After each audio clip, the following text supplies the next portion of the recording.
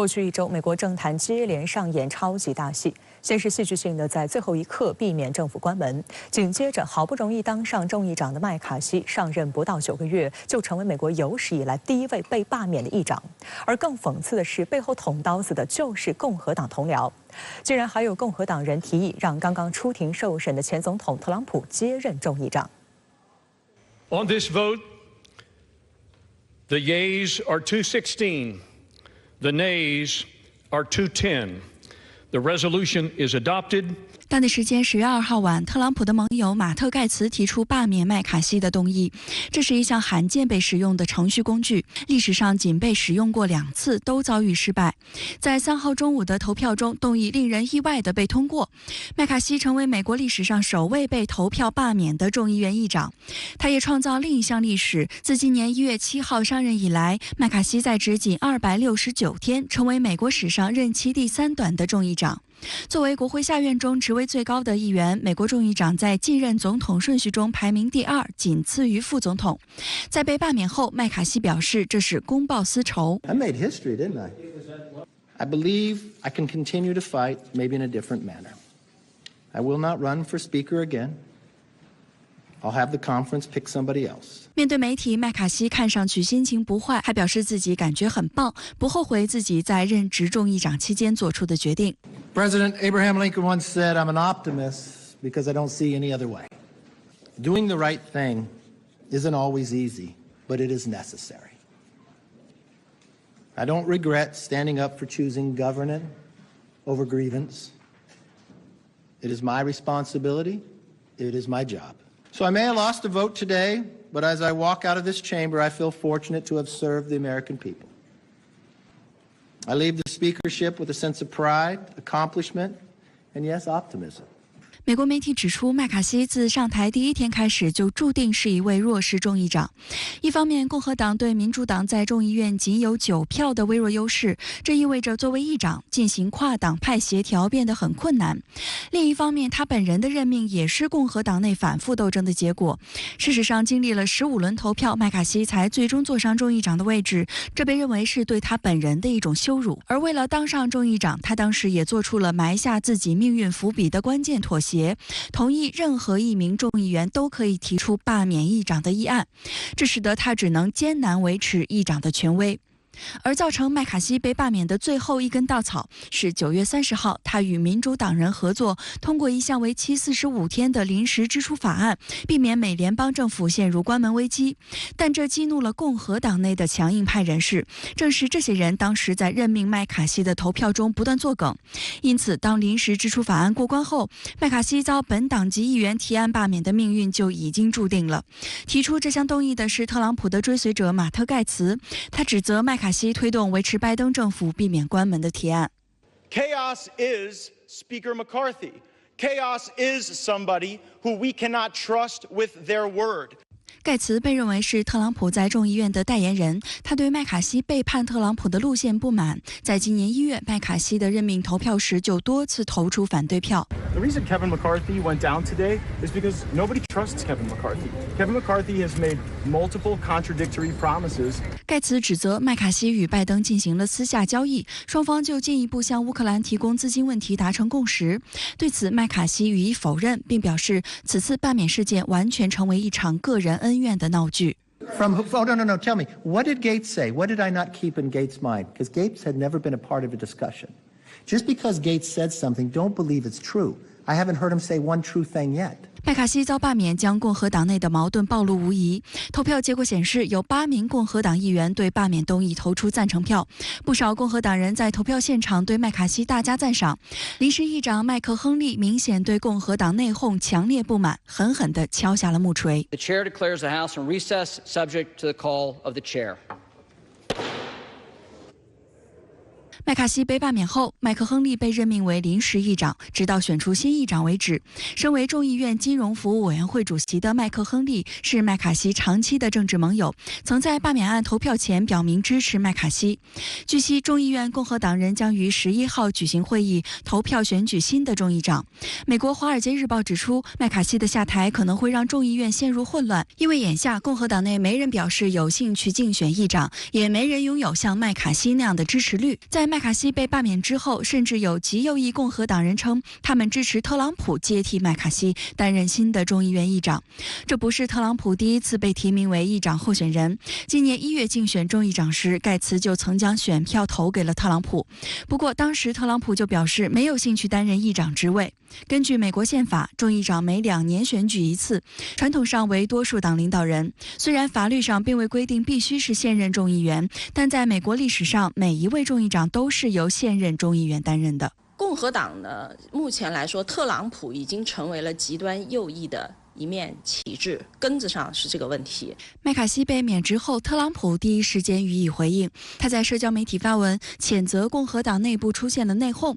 为什么共和党人总是互相争斗？为什么他们不与正在摧毁我们国家的激进民主党人斗争？事实上，在这轮美国国会的乱局中，特朗普绝对无法摆脱干系。他曾向众议院极端共和党人煽风点火，除非得到想要的，否则就让政府关门。有美国媒体评论形容，特朗普在国会的盟友露出了獠牙，导致麦卡锡黯然下台。根子上其实就是支持特朗普的这一派极端右翼势力。他们已经觉得在政治理念上已经无法和传统的建制派合作了所以我觉得客观上对于特朗普来说的话，这件事情对他个人是有利的，但是对于共和党整个党派来说是不利的。相较于共和党，在这场罢免闹剧中，民主党人彻底沦为吃瓜群众，只是静静地在现场观看共和党这场演出。 This is a serious, solemn, and sober moment. House Democrats are going to continue to put people over politics and to fight to make life better for everyday Americans. We encourage our Republican colleagues who claim to be more traditional to break from the extremists. In the chaos, in the dysfunction, in the extremism, we are ready, willing, and able to work together with our Republican colleagues, but it is on them to join us to move the Congress and the country forward. 在投票中，掌握麦卡锡去留关键的事实上是民主党人。据美媒披露，民主党不是没想过联手多数共和党人保住麦卡锡议长宝座。The question's up to Democrats because you need a majority of the House to elect a speaker, so Democrats can then sort of maneuver.Maybe try and get something out of Speaker McCarthy to help him keep his job. 另据《华盛顿邮报》披露，民主党之所以最终选择见死不救，是因为麦卡锡接受电视访问时，试图将美国政府濒临关门怪到民主党头上，并且支持对拜登发动弹劾调查。民主党相对于共和党是更加的团结。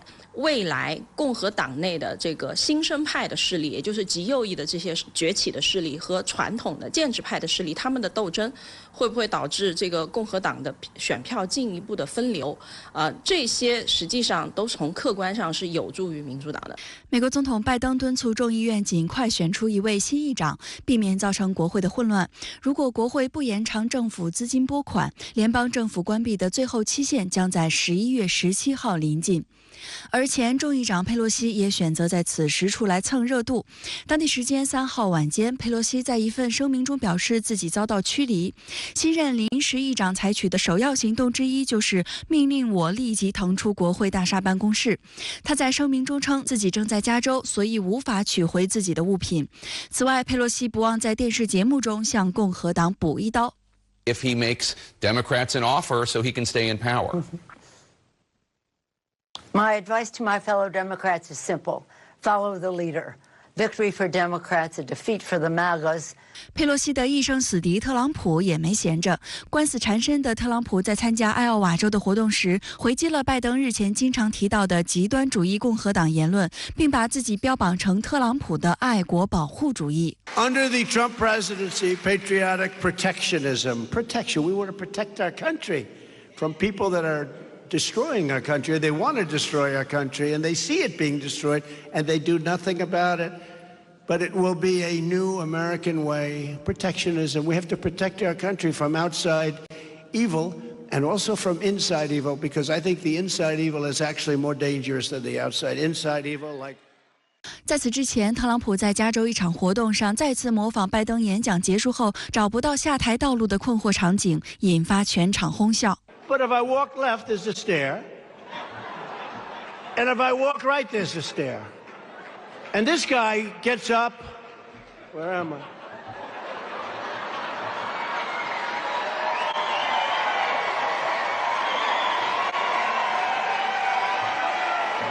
Where the hell am I? 好，相关话题马上来连线特约评论员更新。更先生你好，麦卡锡被党内议员罢免，开创了美国政坛又一项奇葩记录。那您对此怎么看？麦卡锡这次被罢免，开创了3个美国政坛的首次。第一个首次就是众议院议长首次被罢免。众议院议长是美国号称政治序列第3号人物，实际上是府院2大相互制约机构的2大巨头之一。特别在美国的政治体制当中啊，是不亚于总统重要性的政治存在，尤其是在2党分别掌控总统府和众议院之际，众议院议长就更加重要。所以在这种情况下，众议长被罢免，就更加说明了整个美国政坛内斗的残酷性和复杂性。因为只有多数党内部产生严重内讧的时候，才可能出现这种罢免。第二个首次是首次有任期这么短的众议院议长，只有9个月就下台了，而且呢是由于自己党内议员提议被罢免。这表明了美国政坛的稳定性大大低于它的动荡性，说明了美国多数党，也就是政坛的最大板块内部的分歧大于他们党内的共识。第3个首次呢，是美国政坛首次面对这样大的乱局。一个众议院议长，多数党的领袖，上台的时候经历了10几轮的投票，真是上台如抽丝啊！但下台如山倒，一个上午就把他赶下台了。这种不靠谱的乱象发生在美国，真是历史罕见。而且，这次麦卡锡被罢免呢，是源于有关政府是否停摆的议案投票。政府暂时不关门了，但造成现在国会要关门。这次麦卡锡被罢免可谓突然，那您认为这背后揭示了美国政坛的哪些变化呢？麦卡锡本人、共和党以及整个政坛似乎都没有什么准备来应付这样的突发事态。那会不会再发生新议长匆匆上台，接着又草草下台的情况呢？这样一个连环型的一个乱象，在美国政坛是首次发生。因此，我认为现在美国的政坛啊，不仅仅是共和党，也不仅仅是政府，而且包括所有政客、政党以及他们所体现出的政策，都呈现出4非的特征。第一是非稳定性，或者叫动荡性。也就是说，在这样一个相对自由多元的美国社会中，政治啊应该起到一个有利美国社会政治经济稳定和均衡的机制作用。但是现在美国最乱的可能就是政坛了啊。第二呢是非建设性，或者叫破坏性。美国霸权的日益下滑以及各种矛盾的激化，都使得美国政府、国会、政党、政客以及他们所体现出的政策作为，特别从特朗普时期就体现得非常清晰，就是明显的是破坏性在不断增加，无论是内政还是外交，都是破坏性大于建设性。第3呢是非成熟性，或者叫极端性。最近几年来，美国就如同一个初出茅庐的孩子或久病失常的患者，常常表现出一种病态的极端性，似乎毫无社会政治经验，毫无成熟感，却极富情绪化和极端性，常常进退失据、言而无信等等，内政外交都体现得很突出。第4呢是非公益性，或者叫做私欲性或自私性。在这一次罢免麦卡锡的前后争斗中，几乎所有人都是出于自己的私利，而不是出于公益，甚至连一党之私都顾不上，更不用说代表全体民意来履行自己的政治责任了。必须指出，对于很多国家的政治体制、政策方向以及政治操作，美国都带有很强的引领性和示范性，还不仅是他那些盟友们啊。所以呢，美国的这种无意就必然带有一种负面的引领和外溢效应。上述4非特征也是如此，这不能不引起我们所有国家的警惕和防范。